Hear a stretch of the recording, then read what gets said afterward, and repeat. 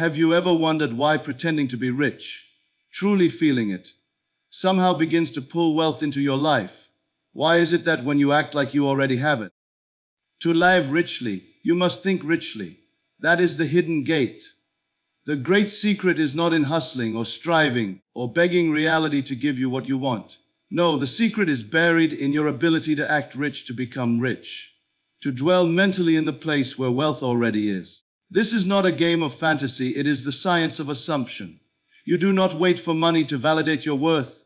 You assume the posture of one who has already inherited abundance. That is the very essence of the Neville Goddard wealth principle. You rise each morning knowing who you are, a wealthy soul, clothed in confidence, filled with clarity, and walking the earth as one who belongs to the higher places of luxury and freedom. You do not ask for money, you command it, through your mental image and conviction. To live richly, you must think richly. This is the law. It is the silent force that governs the appearance of all things. Wealth does not begin with money, it begins with consciousness. It begins with a man or woman who boldly affirms, I am rich, even when appearances say otherwise, and the universe, being no respecter of persons, must obey the command given in faith. You are not waiting for money, you are aligning with the divine idea of abundance that already exists in the invisible. Every visible thing begins as an invisible pattern.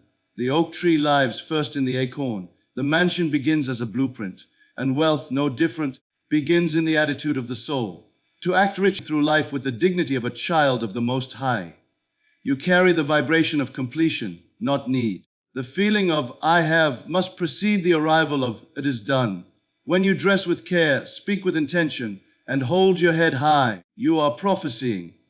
Every step becomes a declaration. Your calmness in chaos is wealth.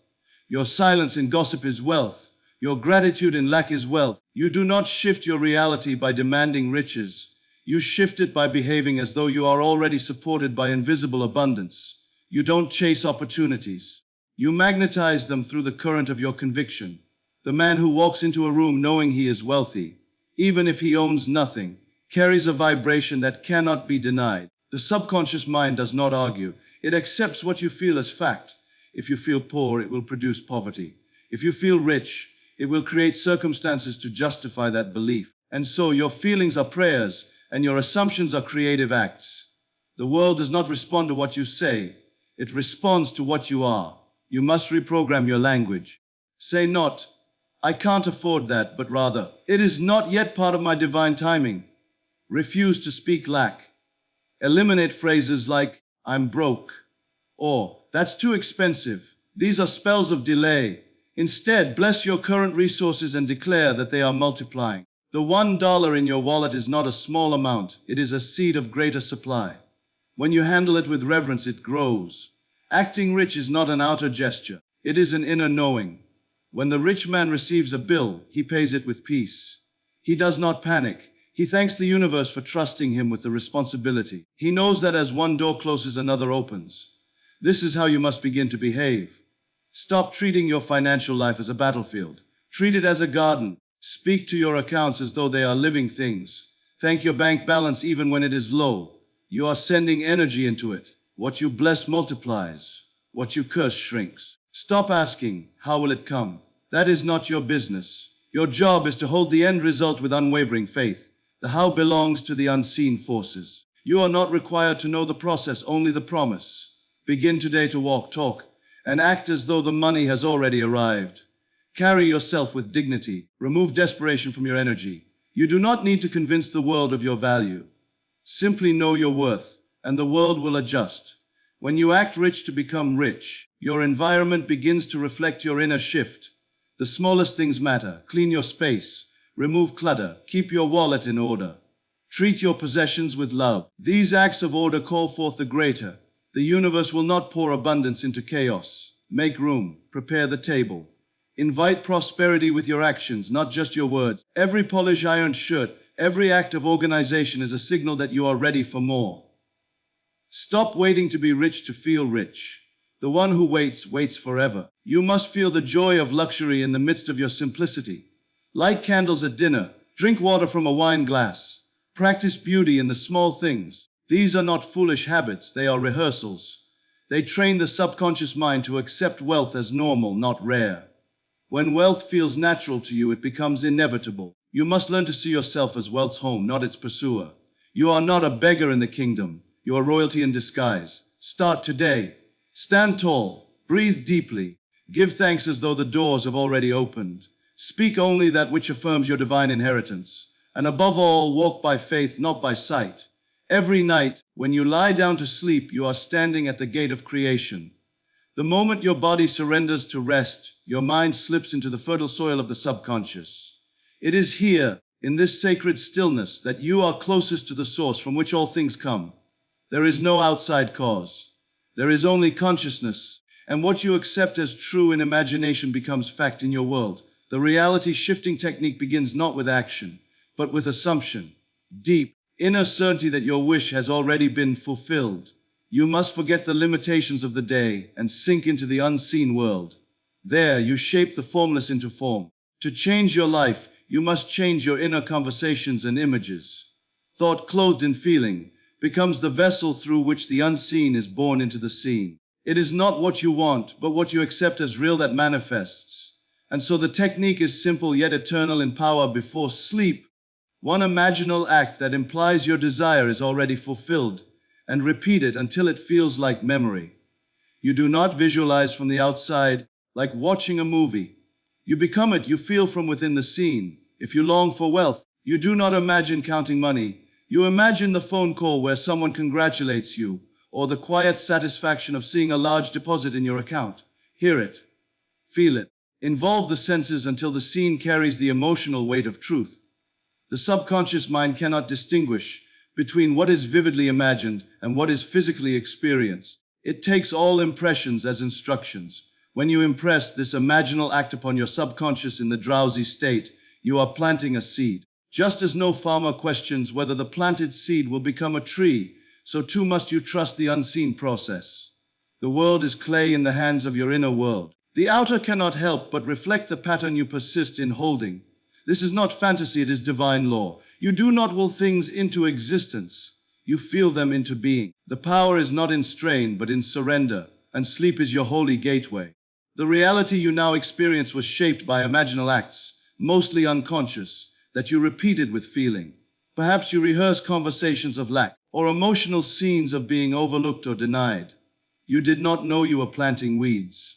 But now that you do, you must become the conscious gardener. Root out the seeds of fear and replace them with images of peace, of wealth, of joy. Every night becomes a ceremony. You are no longer a passive dreamer. You are a conscious creator. The reason this technique works is because all states exist now. There is no future. There is only the eternal present, dressed in different robes of experience. The state of being wealthy already exists. It is not something you must earn. You must only occupy it in imagination until it feels natural. And the longer you dwell in that state internally, the more quickly your outer world must conform. It cannot do otherwise. The world is a mirror, and you are the face it reflects. Before sleep, cast aside the old man. Do not take worry to bed with you. Do not rehearse the limitations of the day. Forget the bills, the lack, the missed opportunity. These are shadows of an old creation. Instead, enter the dream as the new man, the one who has already received. Let your last thought be a thanksgiving. Gratitude is the emotion of fulfillment. It assumes the gift is already given. Let the feeling of, "Isn't it wonderful?" wash over you. That feeling, if sustained, will rewrite the story of your life. Let us suppose you wish to become financially free. Do not affirm the absence of wealth. Instead, imagine yourself in the state of financial abundance. See your loved ones celebrating with you. Hear someone saying, "You did it." Feel the softness of new clothes, the weight of the metal key to your new home. Smell the leather of your car seats. Saturate your mind with details. The subconscious is impressed by vividness and repetition, not logic or effort. And when the scene feels complete, surrender to sleep, allowing it to crystallize. This nightly practice becomes the rhythm of your life. It is not a one-time act, but a holy habit. Every night a seed, every morning a new unfolding. Do not be concerned with how or when. These are the domain of divine intelligence. You have only one task: to remain faithful to the end. Feel it real until it eclipses doubt. Soon you will walk through the dream in waking life. The words spoken in your imagination will echo in your world. The end is to think from the wish fulfilled, not of it. The great illusion of time tells you that your desire is somewhere far off in the future, waiting to be earned, waiting to be chased. But the truth is, it already exists. Your desire is a spiritual fact, not a physical hope. When you mentally dwell in the place where your desire is already realized, you bring it into form. You do not pursue it, you become it. Living in the end wealth is a complete psychological shift. It requires that you forsake the evidence of the senses and accept only what you have seen in imagination. If your bank account is low, and yet you have assumed the feeling of wealth, then the low number is not your reality. It is a fading shadow. What is real is what you accept in consciousness. The world will conform to it, for it must. The outer always bends to the inner. To live in the end means that you do not wake up asking if it will come.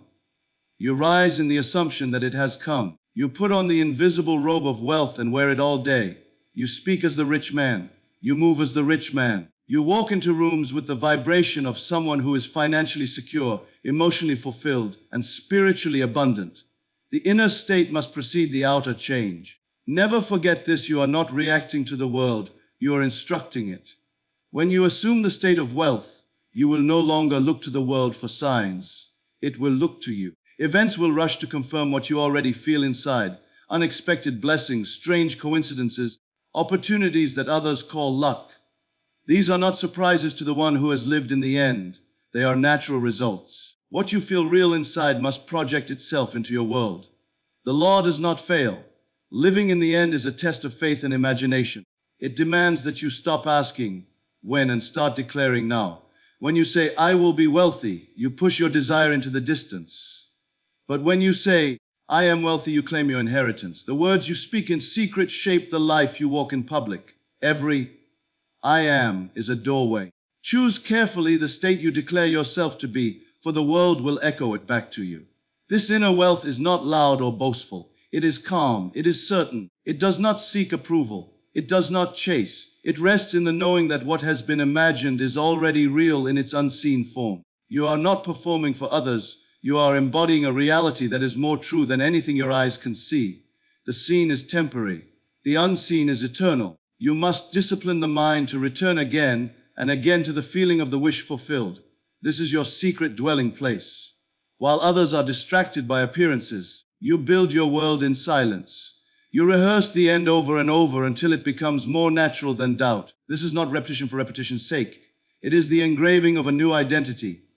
Once it is sealed in consciousness, it must express. Ask yourself constantly, how would I feel if it were already done? And then live from that answer. Would you worry? No. Would you hesitate to make decisions? No. Would you wake up with a tight chest or with a grateful heart? When the feeling is truly accepted, your behavior shifts automatically. You begin to speak differently. You treat yourself with respect. You move with expectancy, not desperation.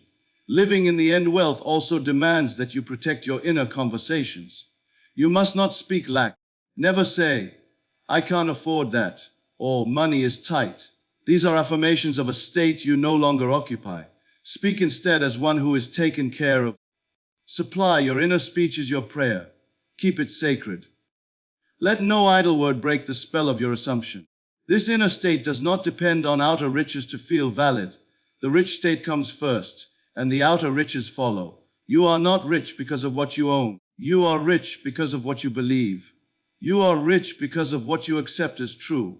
The man who has nothing but imagines wealth will soon possess it. The man who has everything but fears loss will soon be poor. Circumstance is not cause, it is consequence.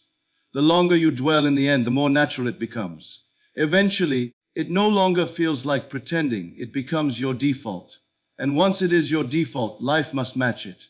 You don't have to force the world to obey. You have to become the version of yourself that the world is compelled to respond to. Your identity is the signal.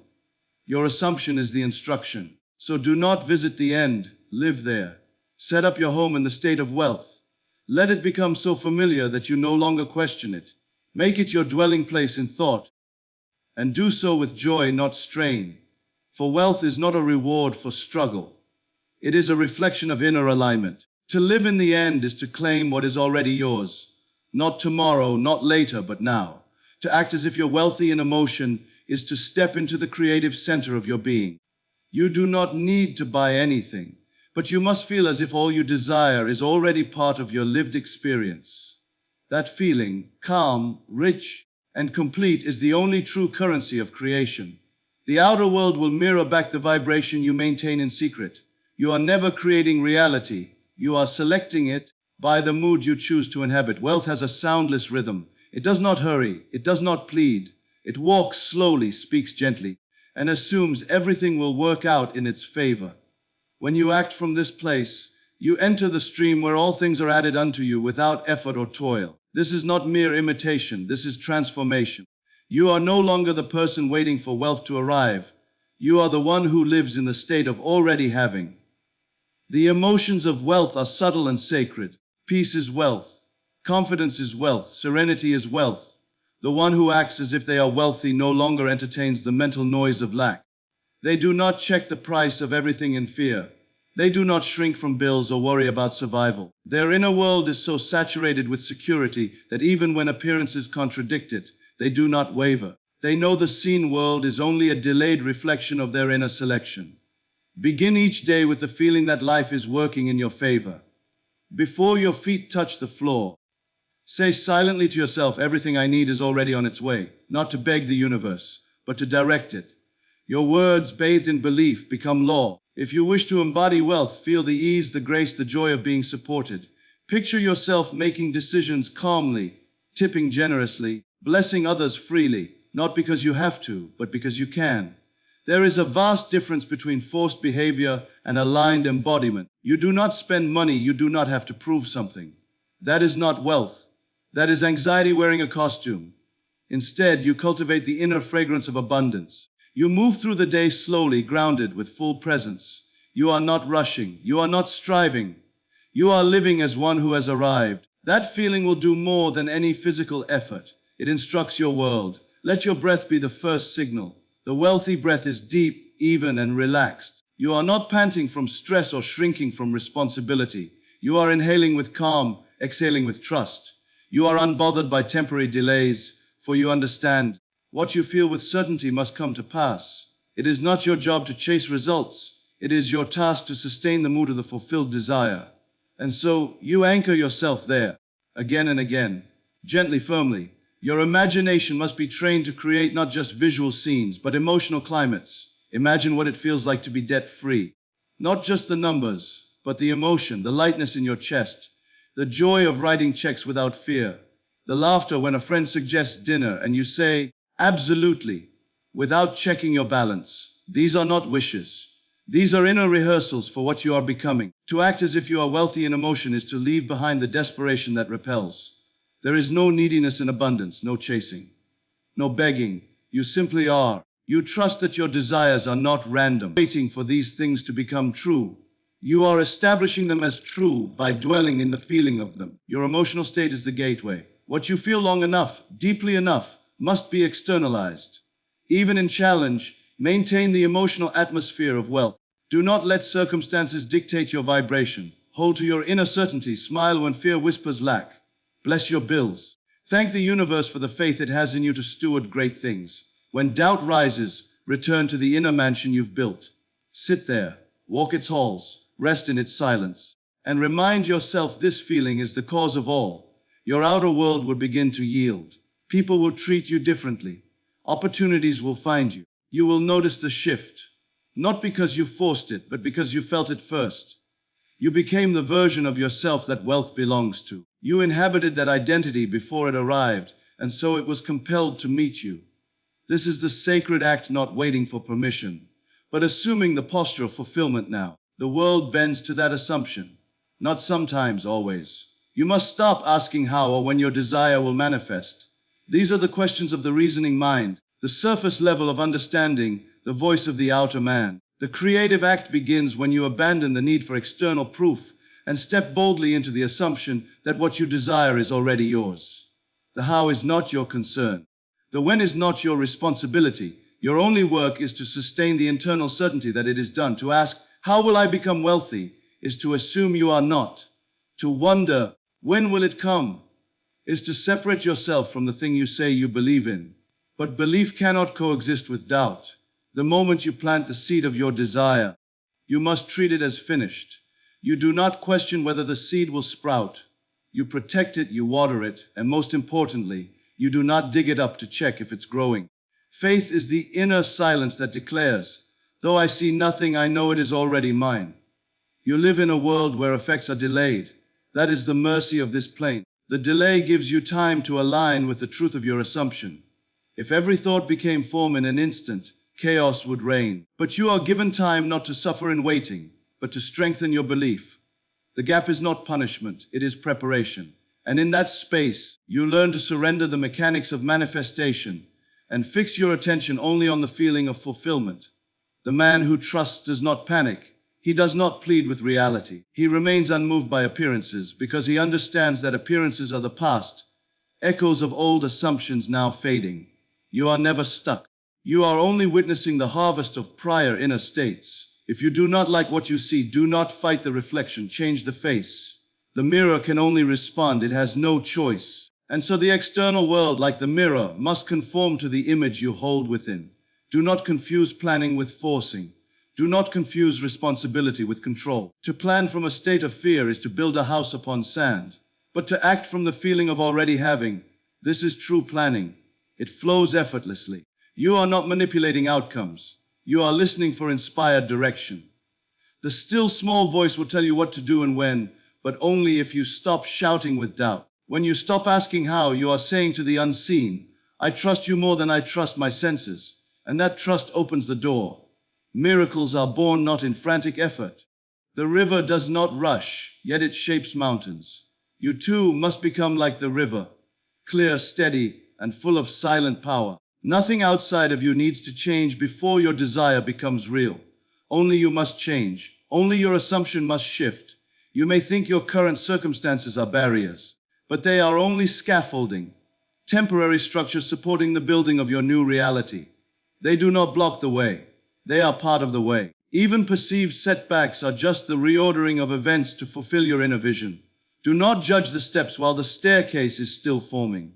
Walk in faith, even when the next step is invisible. It will appear under your foot at the moment of commitment. When you say, I don't know how, you declare yourself unworthy of the thing you want. You deny your creative power. But when you say, it is mine already, you place yourself in harmony with the universal law that has only one answer, yes. All things respond to the vibration of certainty. Uncertainty scatters energy, certainty gathers it and directs it with focus. The wealthy man does not ask how wealth will come. He knows he is wealth. His feeling precedes form. He sees the money in his mind. He tastes it. He touches it. He hears the sound of approval, the applause of success, the comfort of security. And because he lives from that reality internally, the world must yield to it. It must build the bridge of incidents that matches his belief. The path may look strange, unexpected, even illogical, but it will come and it will be perfect. Never underestimate the power of a quiet, unwavering assumption. It is more powerful than any action taken in fear. Actions taken from doubt only reinforce the state of lack. But action taken from belief is effortless, joyful, and fruitful. Do not be deceived by appearances. They are not final. They are simply the clay, waiting to be molded by your faith. The bridge of incidents may appear slowly. It may appear suddenly, but it will appear. That is the law. Your only task is to refuse all evidence to the contrary. Hold to your vision, water it with inner conversation, shield it with gratitude, and never again ask how. Instead, ask only, how would I feel if it were already mine? Then feel it, dwell in it, and let the unseen take care of the rest. To manifest money quickly, you must close the gap between desire and embodiment. You must become now the version of yourself who already has what you seek. This is not a game of pretending, nor is it a ritual of positive thinking. It is a sacred act of identification. Creation is finished. All possibilities exist. The only thing left is for you to select the version of yourself who already lives in the reality you long for, and inhabit it completely. You do not manifest by reaching, striving, or grasping.